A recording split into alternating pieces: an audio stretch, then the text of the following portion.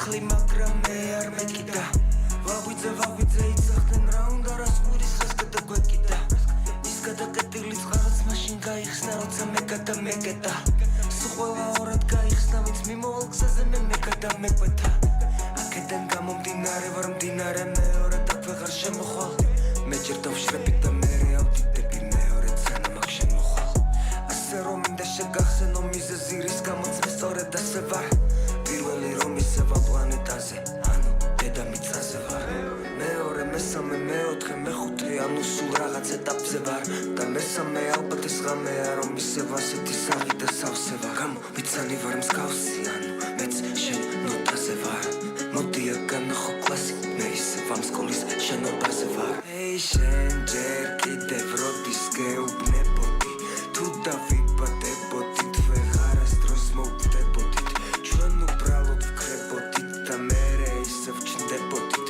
თავად მონაწილეობდით განავაკვირდებოდით სულ ოფილებისკენ მივილდვი მაგრამ ხელს არ მიწყობს ფილტვები არა მადლობა დღეს უკვე მივირთვი აი შეხედეთ შავი მოგშთითები პირველად რომ დავაბალანსე ეს წესი იმ დღიდან შევიდა ძალაში იმდენი ხანძარი ჩავაკრე რამდენიც აინდო Welcome to Reimagining Soviet Georgia. My name is Brian.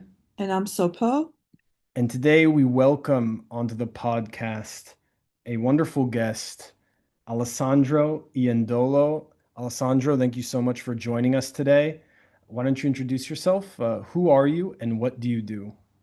Thank you. Thank you for having me, for being here.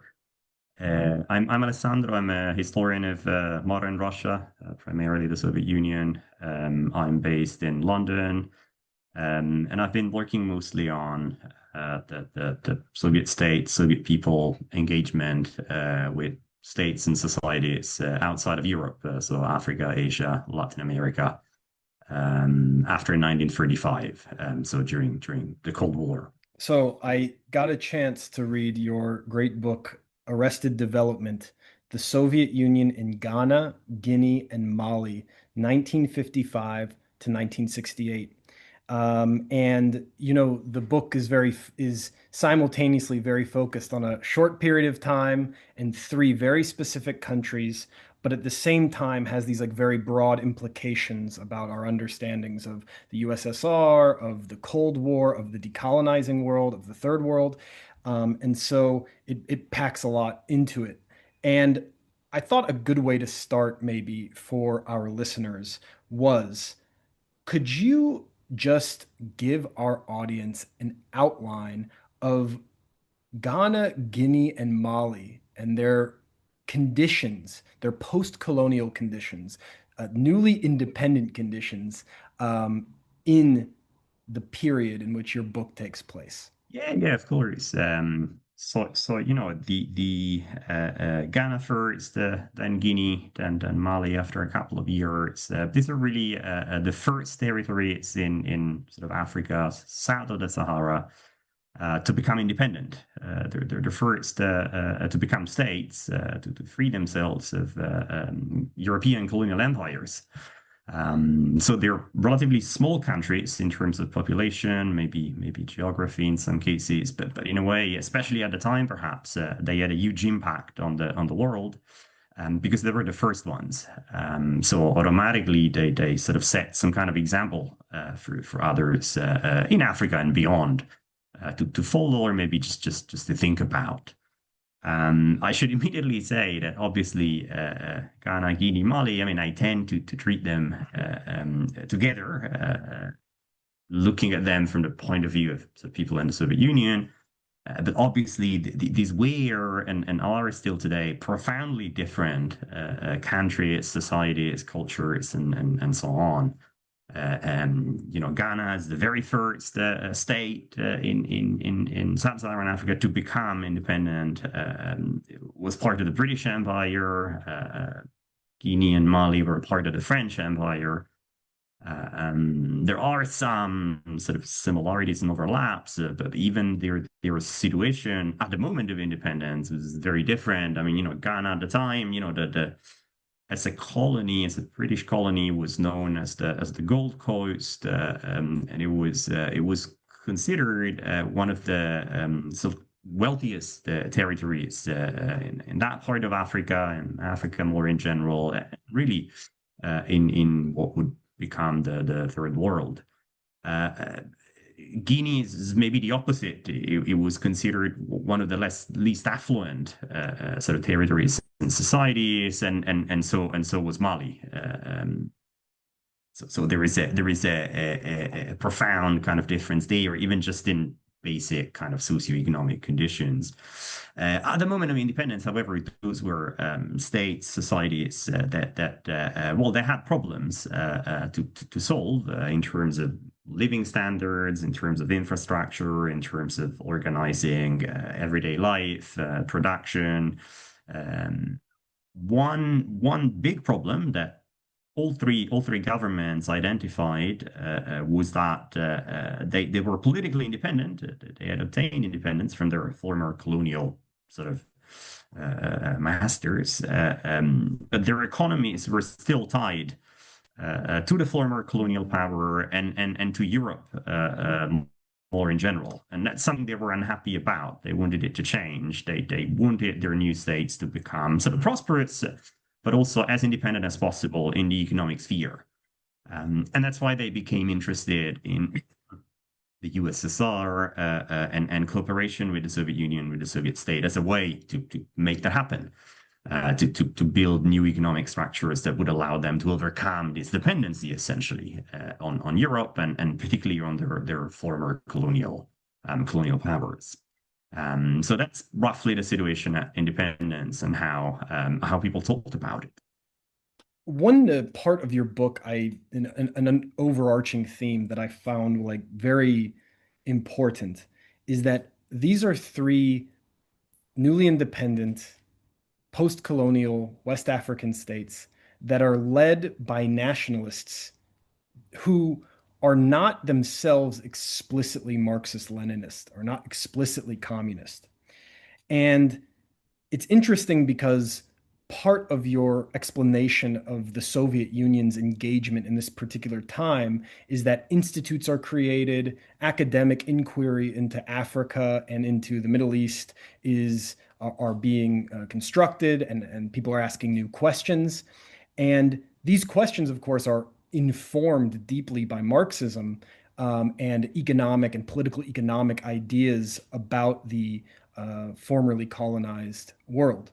And one concept that really, I think, centers how a new idea, a new form of engagement with non-Marxist nationalists in the decolonizing world is this concept of non-capitalist development. And so, for our listeners, could you please explain what is non-capitalist development and why was this important in the Soviet Union's development of a foreign policy and concept of aid in these three West African states specifically? Yeah, that's a great question. You're absolutely right. If you look at the people in charge and the leaders of first the independence movement and then the first post-independence governments in Ghana, in Guinea and Mali, and in a number of other places around the world, they tend to be sort of nationalist leaders, very interested in making their new in inverted comma states prosperous, independent, fair. And many of them, most of them even, were certainly inspired by Marxism. They were very familiar with the Marxist tradition. In some cases, they would contribute to the sort of theory, ideas of Marxism. But most of them, certainly in Ghana, Guinea, and Mali, would not understand themselves as primarily Marxists. They were leaders of the country, interested in economic growth, economic prosperity, very willing to experiment with ideas that come, from the Marxist tradition, from the Soviet side, but they were absolutely not looking to transform their countries into sort of fully socialist or communist societies, right? And the Soviet state, on the other side, sort of reciprocated the interest in full knowledge that these countries were not going to become socialist, at least not in the short run, right? I mean, maybe eventually after a very long, complicated transition, they would get there, but that's something very much in a distant future. What the Soviet state, the Soviet government was interested in was, yeah, establishing sort of economic relations, cooperation, development assistance, we would call it today, to facilitate the attainment of economic independence and well, as much economic prosperity as possible in these places, using a mix of methods, ideas, models from the socialist tradition and from traditions that were not sort of explicitly socialist, right? So how do they call it? How do we call this thing? I feel a fairly accurate well definition or idea would be state capitalism, right? I mean, the goal was to create something that people in the past that defined, Lenin and so on would have defined as state capitalism. But obviously, it's a terminology that has baggage in the Soviet Union and at the time, and maybe not everyone was especially comfortable with that and how it sort of sat in Soviet history, Soviet society. So they came up with this name, known capitalist model of development, which is defining it in the negative, right? The most important thing is that this is not capitalism. It may have a lot of elements in common with sort of a capitalist society, but it is not capitalist because it's moving in a direction that prioritizes the state as opposed to kind of standard unmitigated market mechanism, and that's enough for the Soviet state to consider it an experiment, a project worthy of support and yeah, cooperation, assistance. It's quite a funny term, yeah. Defining something in a negative always suggests that there's a little bit of awkwardness. But I guess the term catches on, right? David Engerman has written about sort of the intellectual origin of the idea. Yeah, this is actually a really important point because a lot of like sectarian, either some socialists or anti-communists will always have this like Soviet Union was, or people who and in movements and parties in different countries that liked Soviet Union, worked with Soviet Union, were somehow we're trying to force a Soviet model, like exact same Soviet development and characteristics. And it's like so far from the truth. Like generally, Soviet Union was trying to understand what was happening in each country and then help certain forces. And then actually was, in the case of like Afghanistan, was telling the reformers to slow down. This is too much. You can't do this right now, and so on. So that's really it. It's just like important to say that Soviet Union was not trying to make everyone into Soviet Union, and that it was much more important to interact within the forces and trajectory of those people. Yeah, absolutely. I mean, to the point that maybe not quite to the same extent as Afghanistan a little later, but certainly there were cases in which people in West Africa, in Ghana, and Guinea, and Mali, maybe not the heads of state, but some sort of important people in government, in administration, were actually more interested in the Soviet model, whatever that what that means, than Soviet people themselves, right? Like a relatively common interaction. I mean, the way I put it, it's a bit of a joke, but it kind of captures the idea is that some people in Ghana, Guinea, and Mali, they expected 5-year plans, but they were given NEP instead, right? And some were comfortable with that, but others were not. I mean, they aspired to something that they regarded as a more profound transformation of society than sort of what kind of Soviet structures were willing to offer them, I guess. But yeah, you're absolutely right.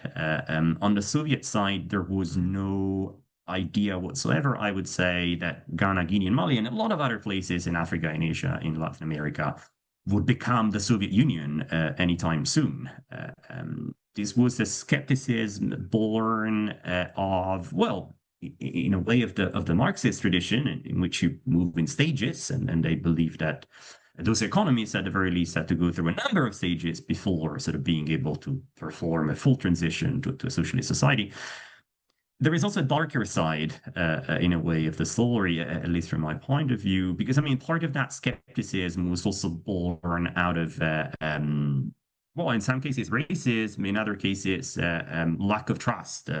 These are poor, underdeveloped new states in Africa, they're never going to become like us, right? And those two elements are in parallel. There is a more kind of abstract conceptual engagement, and there is a more kind of instinctual rejection of certain ideas and things that were happening there. Yeah.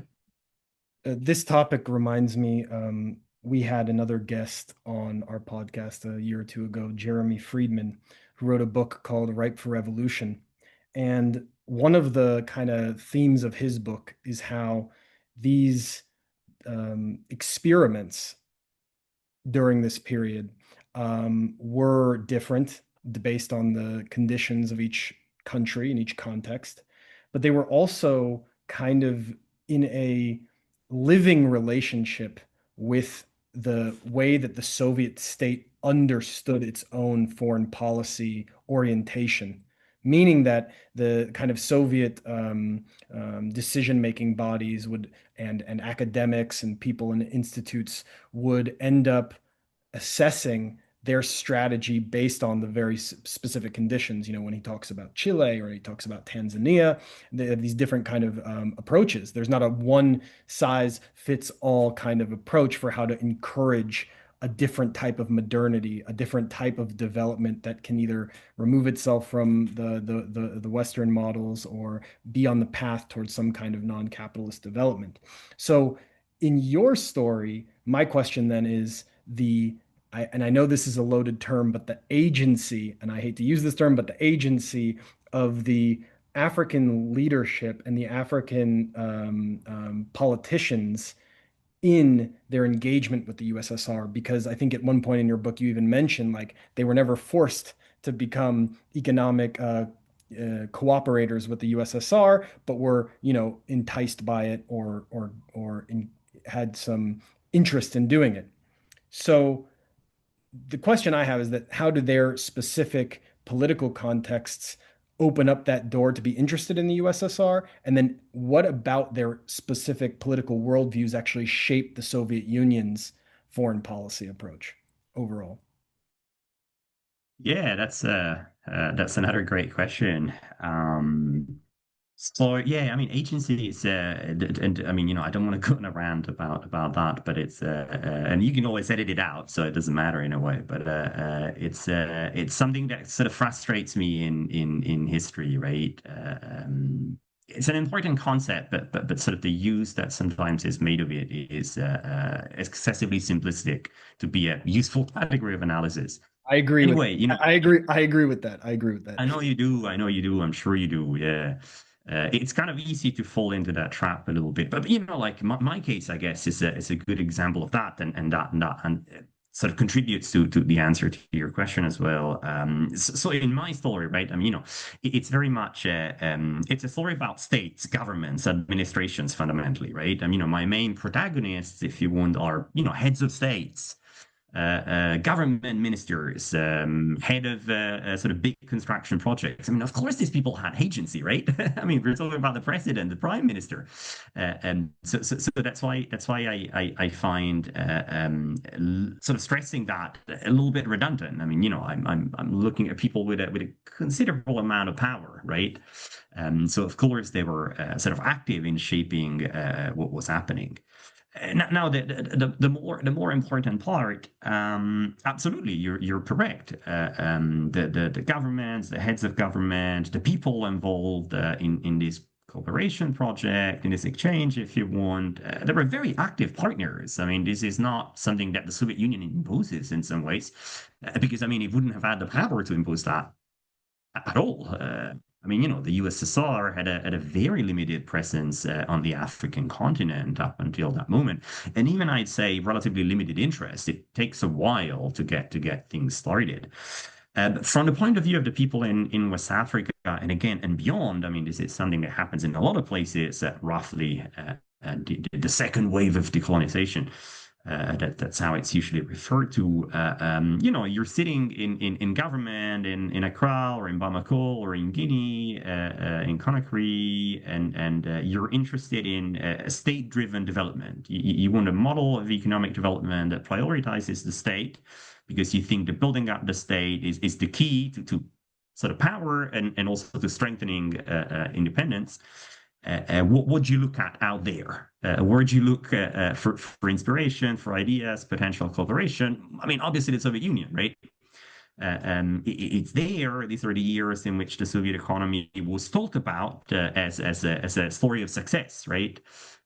The late 50s, early 1960s, newspapers around the world would be discussing the USSR as a economic success story, right? Not sort of the basket case that sort of the narrative would later portray. And so obviously they got interested in understanding more and ideally starting some form of cooperation, right? There were also circumstances that pushed them together, right? And like establishing economic relations with the Soviet Union was not necessarily the first choice or the only choice that they had at their disposal. Guinea, for example, after independence, it essentially gets punished by France and what's left of the French Empire with embargoes, with economic isolations. So the Soviet Union becomes even more of an option because I mean, both its neighbors and its former colonial power are not interested in doing anything, and so the Soviet Union acquires added relevance. Ghana is a little bit kind of the opposite of that. Very complex polity, a lot of sort of political variety, right? I mean, people very much on the left and people much more conservative, which wouldn't look at the Soviet Union, right? Somehow in that complexity, the sort of Soviet line, for a while at least, prevails. Could you build upon this a little bit and explain the role of the former colonial powers and the United States in this dynamic and in your story? Because you mention it a number of ways that the Soviet Union ends up in direct competition to them, but also I'm remembering the chapter about immediately following Ghana's independence, the way that there's some pressure from the British and even from the US on the newly independent Ghanaian government to not actually engage with the Soviet Union, which at this point was actually opening up very kind of was opening up lines of communication quite consistently for a few years. So, what role were the French and the British and the Americans, who were not colonial powers in these places but becoming an imperial power? What was their role? Yeah, that's a very good question. I should start with a little sort of kind of premise, which is, I'm a historian of the Soviet Union. I'm not a historian of the French or British Empire. And I know that some colleagues in those fields will find what I say wrong or questionable. I tend to take a little bit of a Soviet kind of approach to these things. But the way I would tell the story, and of course you and others are very welcome to disagree, is that sort of the European project, I mean the British and French project, was to grant political independence because it had become inevitable one way or another, but to keep these new states in a situation of dependency through kind of economic means and also through collaboration with friendly local leaders, right? I mean, a lot of, not in the case of Ghana, Guinea, and Mali, perhaps, but in a lot of other countries in the region and beyond, the sort of first leaderships after independence maintain very cozy relationship with the colonial powers for a long time, right? And Nkrumah eventually calls this neo-colonialism, right? So the flag on the government building is a different one, and it's the flag of an independent state. But economic structures and in some cases even political structures remain the same, right? Allow the Europeans a way in to continue shaping political life, and in some cases, kind of drawing economic advantage, at least in some cases, right? I mean, the British, they maintain a lot of influence on the cocoa trade in Ghana. I mean, cocoa is by far the most important commodity that Ghana produces at that time, and the structure of that trade is dominated by British businesses even after independence. And they very much intend on keeping that that way for as long as possible. France the same, right? The level of economic penetration or continuation is kind of staggering, right? And I always give this example. You look at Ghana after independence, and the head of the central bank is a guy from Scotland. The head of the armed forces is a British general, like a white guy. From the point of view of Soviet analysts, what kind of independence is that, right? It's in name, but de facto, the Europeans maintain a huge level of influence on these countries, right? Yeah. I mean, the US, yeah. Well, the US, again, I'm not a sort of specialist on US history. I would say that sort of the US administration is it's kind of in an awkward spot. I mean, there are people in the US state who sort of understand that European colonialism is more of a problem than an asset for the United States. But at the same time, it's difficult to sort of do without it and those allies, right? So they try kind of a balancing act in which they try to sort of maintain the relationship with European while kind of very kindly telling them that perhaps it's those kind of relationships should be a thing of the past. Eventually, things change, but yeah, the role of the U.S. is kind of an interesting one, I feel. This is a very sort of exciting, inspirational, but it's also a very difficult time to be a newly independent state facing, like European sort of penetration, the US, the Soviet Union, local developments. There's a staggering level of complexity. It's a little bit sort of narrow to frame it as a binary. I do realize that, but I can find no better way, right? So on one hand, you have the sort of Soviet option, which is trying to step away from interference from the Europeans and trying to establish sort of an economic structure that minimizes that as much as possible. Very difficult, incredibly complicated. It requires a huge level of resources, and it becomes sort of clear enough that the Soviet state is only able/willing to provide a limited amount of resources, right? So it's a very complicated, difficult path ahead. The other option, and I mean, there is sort of merit in that too, as it was highlighted by a number of very influential, very intelligent, and also very progressive intellectuals, right? From like Arthur Lewis, right? I mean, a prominent black economist who was an advisor to Nkrumah's government in Ghana. The situation is what it is. Room for maneuver is limited. For the time being, it makes sense to continue those economic relationships with the former powers because that's what gives you, as the new state, the best chances of growing economically and offering the population a better life. So it might be a very ugly compromise, but in their view, it was necessary, right? On the other hand, you have the Soviet Union promising something different, an end to those kind of asymmetrical relationship, but perhaps not the means to achieve that. So you're caught in a kind of a little bit of a quagmire, right? And I guess that's the tragedy of it, yeah. What about, and I don't know if you cover this in the book, but this like a worldwide sort of movement towards having better, more equal footing in world trade, in development. There's also this like movement growing that coalesces into this new economic international order that really kind of fails.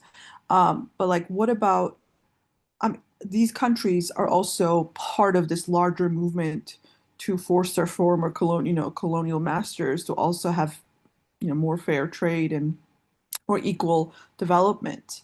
How does this all play into it?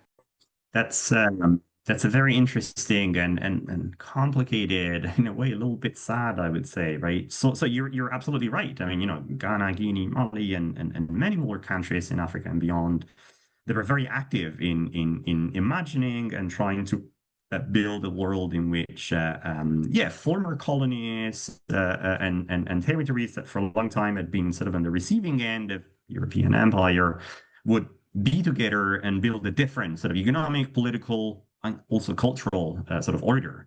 There were very active players in the non-aligned movement for color of colors. They were very active in African unity, right? These were kind of early important players shaping that idea of a united African continent, right? But then you hit the problem of resources, right? And again, for lack of a better expression, there is only as much you can do with what people sometimes call South to South cooperation, right? If you feel you need to build a farm or a bridge or a dam, maybe you can get something from your neighbor. Ghana provides economic assistance to Guinea. Egypt sends advisors and support, and so do a number of other countries, right? I mean, these things exist and they're important. But the level of resources you can get from the United States, perhaps the Soviet Union, in some cases, perhaps the former colonial powers, the Europeans, all that's higher. And if you have very ambitious ideas about how you want to transform that society, that economy, maybe particularly, it's almost impossible to do without. You can't achieve that just by sort of building a regional bloc or even a kind of a south to south alliance. You talk about how the original engagement with the Soviet Union and the three African states was prime. You said this thing of they wanted a 5-year plan, but they got an NEP. And you talk about how like originally there was a focus on agriculture, and the Soviet Union was really like pushing for agricultural development. And going off what you just said, there's also this reality that when you try to aid a place that was ravaged by colonialism and doesn't have the infrastructure to actually facilitate the type of projects that you want to build, it actually makes the way that you give them aid a completely different type of arrangement because you need infrastructure. You need to build up the kind of the economic infrastructure and the social, literally the roads, railways, and all of these kinds of things. And on top of that, it seems like the ultimate goal, which you had mentioned, was overcoming dependency, and that the Soviet Union had an idea that when it was going to give these types of aid, that it was also with the intention that the kinds of infrastructure that would be built would stay in the hands of the locals and not be under the management of the USSR. So could you maybe talk about the details of of these two or three dynamics that I brought up in practice, in actual concrete terms, like how did this play out? So yeah, one of the basic problems is finding resources for what today call economic development or economic growth. It's expensive, it's complicated. USSR could be a way. Soviet sort of specialists from the institutes, from government, they actually focus first and foremost on making agriculture more productive. They identify that as problem number one to be, or in the top three of problems to be solved, because a more productive agriculture means you can feed the population, right? Without relying on getting food from outside, which is expensive and continues those relations of dependency that they're trying to break. So on paper, it sounds like a good idea, but obviously making agriculture more productive is something the Soviet Union itself struggled for most of its history at home. So whether or not it's especially well placed to make it happen elsewhere, well, it's an open debate. Some of the basic moves they have in mind, sort of again in abstract make a lot of sense, right? Create cooperative farms, mechanize them, build better infrastructure to make kind of distribution and production easier. It keeps piling up, right? It's not just a matter of establishing a new farm because you need machines, and to power up machines you need energy, and so you need energy infrastructure, and to move around what you've produced you need roads and railways, and it's all connected. So the bill of development from something relatively low cost, relatively low tech, relatively simple, very quickly escalates into something very complicated and very difficult to realize, right? There's kind of an escalation in there. And the focus on agriculture also has yeah, again, I'll put it in very simplistic terms, right? There is a good side of the story. With the eyes of 2025, whatever, you can see how someone thinking in purely abstract terms is recommending a focus on that aspect of production, right? But it also comes from a darker place, which is again the idea that like, oh, come on, is Guinea really ever going to become an industrialized country? That's ridiculous. They should stick to agriculture because that's the only thing they can do, right? It's simpler. It's more basic, right? So there is this coexistence of good intentions on the Soviet side, and also a tendency to sort of underestimate and look down at the kind of reality on the ground, right? And the problem, at least on the Soviet side, is that as soon as things become more complicated, it's not just a matter of establishing a few farms or building one bridge. It's a matter of recreating, redrafting an entire economic structure, even in relatively small places. That's expensive, that's complicated. Is it really something the Soviet Union should do? And is it even capable of doing it? Is the USSR powerful, rich, expert enough to kind of realize, is it able to commit the level of resources that would be needed for such a project? But if I remember correctly, too, in your book, you mention how the domestic, like Virgin Lands campaign and the focus on corn domestically, and some of the successes of the campaign led by Khrushchev's administration actually kind of shaped how they thought this kind of agricultural interaction with these developing countries could go in a successful direction. Absolutely, absolutely. A little bit like the economy in general, for a few years, sort of, you could talk about Soviet agriculture as like the most advanced in the world, right? Mechanization, chemical fertilizers, the modern irrigation techniques. So, the Virgin Lands campaign, I guess it's the sort of peak of that way of thinking, right? So applying that same way of thinking to the context in West Africa, well, that's what they had in mind, right? I mean, a matter of scale and technology, yeah. But doing something like that in Guinea or in Mali at the time was probably even more complicated than doing it in Siberia and Central Asia within the Soviet Union, right? So the initial idea is to really kind of grand in terms of scale, and then they progressively have to sort of scale down to something that would seem a bit more manageable, but still complicated and expensive.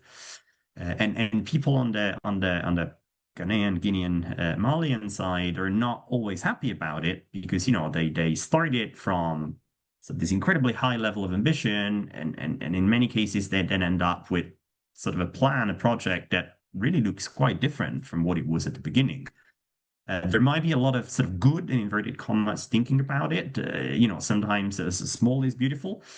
But in other cases, it's also a reflection of sort of assessment about capacity, and which they take a lot less lightly, understandably. Yeah. Imagining a lot of even socialist leftists, the way they conceive of things, right? When they're not in power, it's very, very radically different actually than what they're faced with once they get into power, right? Because it's like all the things that supposedly is left it is something like more, community oriented things, like everything for everyone and so on. And then you actually have to do things at mass scale to actually make it work. It's like you have to work with like horrible capitalists to get their technology or get their input. It's such a difficult thing. And I think that a lot of people really don't have enough knowledge to know how it's super difficult. And then to sort of stay faithful and loyal to a socialist project on top of having to do all this is like almost impossible. I mean, I don't want to sound sort of defeatist in a way, but it might be impossible. Like, even just in the sort of small scale example, in relative terms, right? Overcoming the legacy of at least a century of European colonialism in a context in which, capitalism is so powerful. How do you do it? It's certainly not easy. I don't doubt that, the Soviet government certainly made very profound mistakes in a number of ways. And certainly so did, early post-colonial administrations in Africa and beyond. But I mean, the situation they faced was impossible. I mean, it's a struggle against the level of power on the other side that is immense. How do you fight that? I wish I knew, right? Yeah, absolutely. Absolutely. I think this is actually why, I really cherish the Soviet Union, is to fight the craziest fight in the world, just like it is like, way worse than anything of, David and Goliath. It's amazing that people were still willing to even do it, which is so very rare these days. Yeah, in some cases I do sympathize with you. Yeah, absolutely. And that's certainly a way of sort of telling the story of the Soviet Union. In other ways, of course, you could say it even sort of facilitated certain kind of exploitative logics, even outside of the USSR. And it ended up kind of perpetuating that sort of structure of inequality. I mean, the Soviet Union was a complicated place with a lot of people in it, lots of ideas, and sort of participating in a lot of important events. And yeah, the balance sheet is, well, I don't think that historians should necessarily do that. But it's a complicated balance sheet, yeah. But there is a sort of that dimension of the kind of, idealistic, romantic sort of Soviet engagement. Yeah, that's not to be discounted. I mean, it's also part of the story. Yeah, it is also part of the story. And it's probably the best part of the story, however, imperfect it turned out to be. When you're framing your overarching idea, I think, in the book, one of them is about how, there are these competing views of modernity that are kind of in competition with each other. And it's interesting because on the one hand, you can have this Soviet modernity, which is, in the case of the three countries that you're looking at, are engaging not with Marxist governments, but nationalist governments. Yet the form of modernity that they're bringing to the table is very much influenced by the kind of socialist construction that took place inside of the Soviet Union, right? And I think you talk about how there is a difference.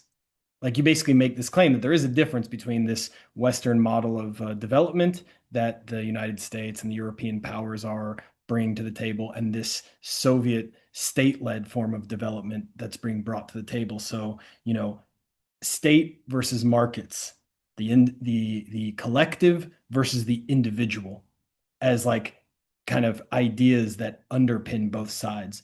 So I'm curious that in the case of Mali, Guinea, and Ghana, how did this, idea of the state leading development and the idea of the collective over the individual influence on the ground the form of development aid that took place? Yeah, so I'll give you an example that I use often, which is building a dam, right? I mean, the quintessential high modernist project of the sort of 50s and 60s, with everything that comes with it, right?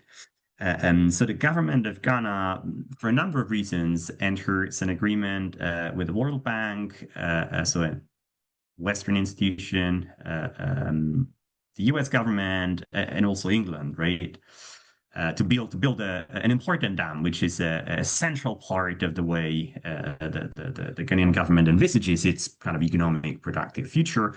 The type of agreement they get is that it needs to be a for-profit operation. There needs to be a private company that will provide capital, and for a private company to provide capital, they need profit.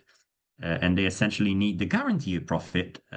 So the government has to accept a number of conditions, on the level of taxation they can levy on this company, and on the way economic activity will be regulated or not regulated, which guarantees that this kind of multinational corporation will be able to build a dam and draw a significant profit out of it, right?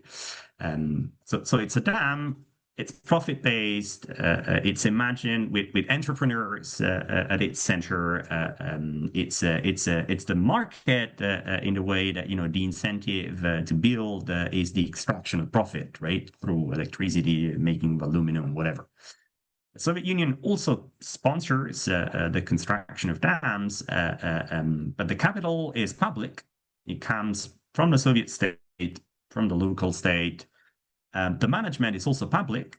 This dam will be, managed by the state, by administrators and managers who are civil servants, and it will not necessarily be a profitable operation. I mean, they very much hope it will become, so it will enable production and eventually produce surplus and profit even for the private sector.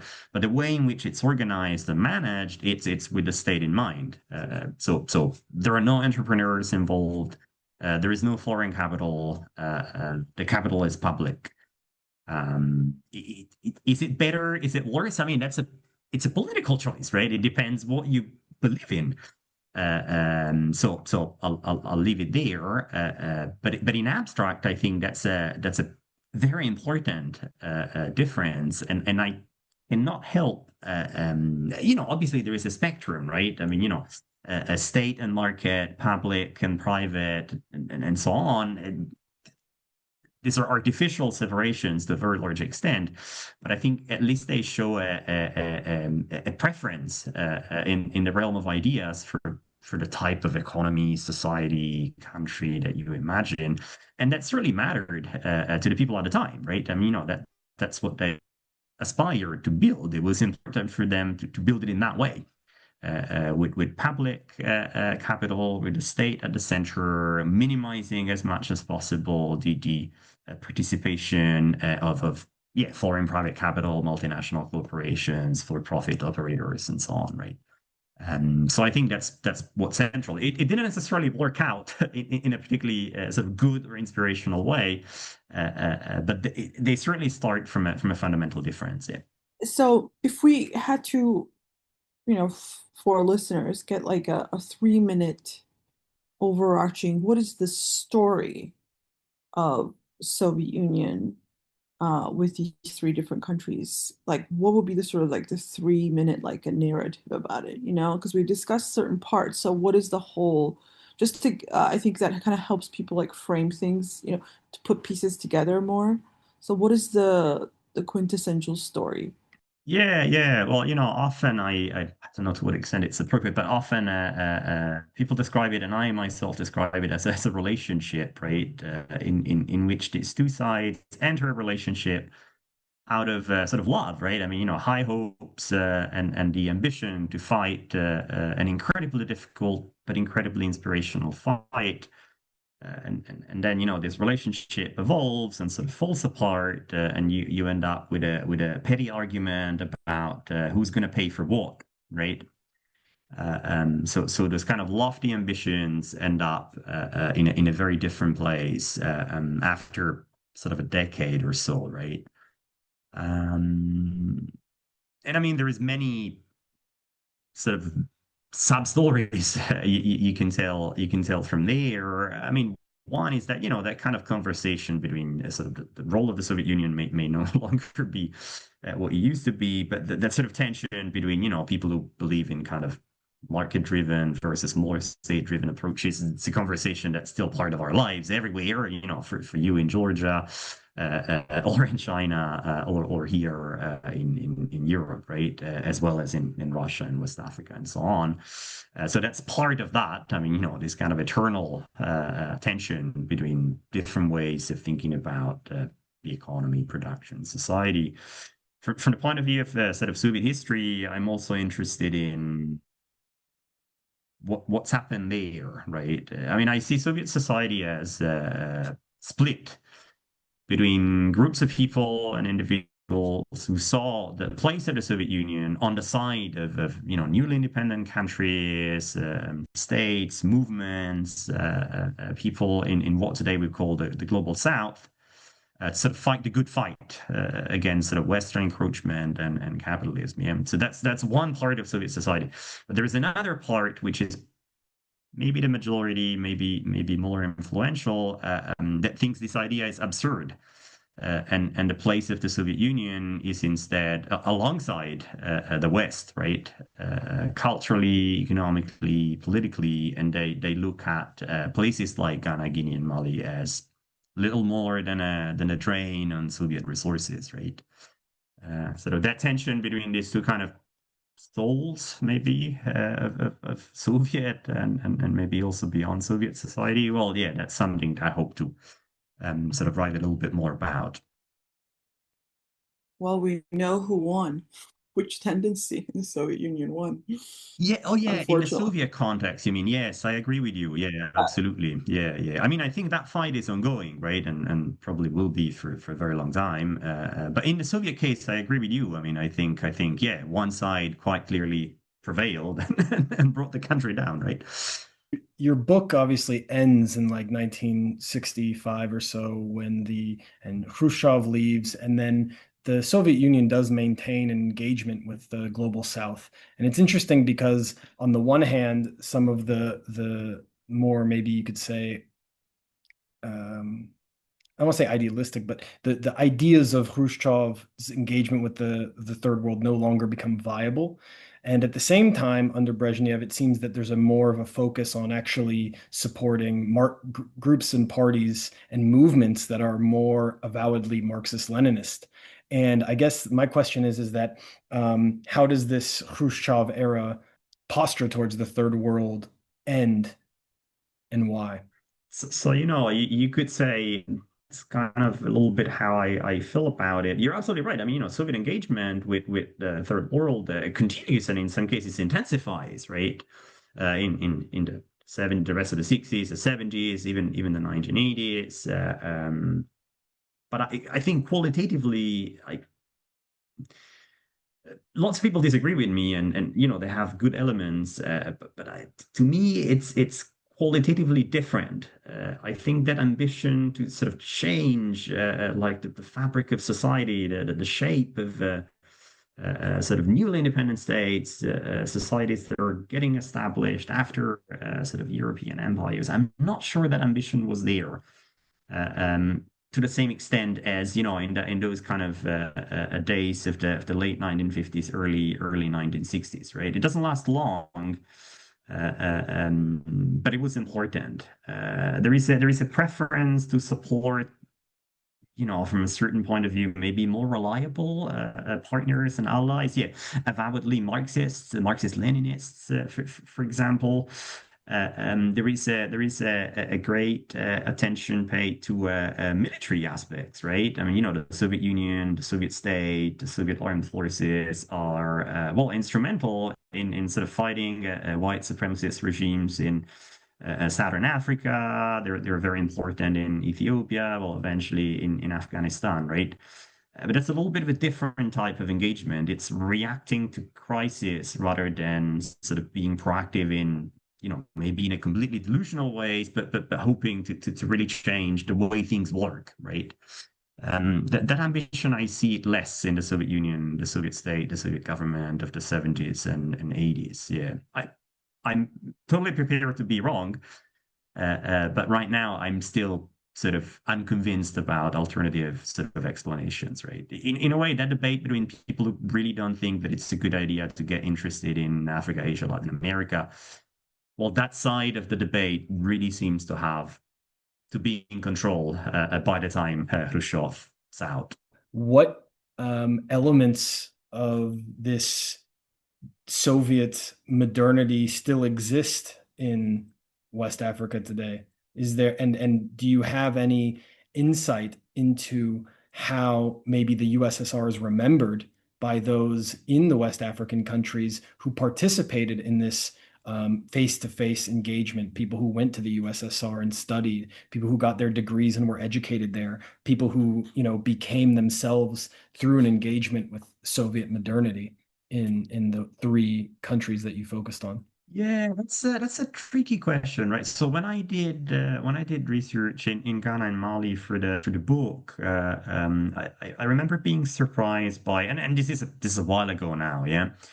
10, even 15 years ago in some cases. I was surprised by how little sort of memory and of engagement with the Soviet Union there was in both places. I'd say there were, I mean, yeah, sure. You could encounter people who had studied or trained or just visited the Soviet Union, obviously on the older side of society, not relatively young people, but relatively old people, yeah, that had some kind of personal, but there were many. And sort of culture, society in general, very difficult to find any trace at all, really, of that relationship in the open, yeah, visible that people would sort of talk about. Today, of course, there is the Russian Federation is active in that region, in some of the same places. And if you listen to those sort of press conferences, they always say, oh, like our historic friendship that goes back a very long time, right? To me, that sounds, I might be wrong, but I mean, to me, it sounds kind of empty rhetoric. These are two areas of the world that had long forgotten each other. And now, for purely instrumental reasons, they're kind of resuscitating that history, but without even, because I mean, they say it is historic friendship, and then they don't know what to say because they have little idea about what actually that friendship was about back in the day, right? So yeah, to cut a long story short, I see that sort of present day engagement of sort of Russian groups and institutions as very different from what Soviet one was back in the day. Again, lots of people disagree, but that's how I see it. Absolutely. I think it's quite interesting how some of the social capital of Soviet Union is now like used by Russia to in so-called the third world. Fascinating. Yeah, it's quite. I mean, like states are cynical, governments are cynical. Like, yeah, it's one of the many kind of cynical things that states and governments do, right? I mean, they look at some sort of historical example and try to shape it in a way that sort of facilitates a conversation. Everyone does it, yeah. But yeah, I see little past kind of empty rhetoric, yeah.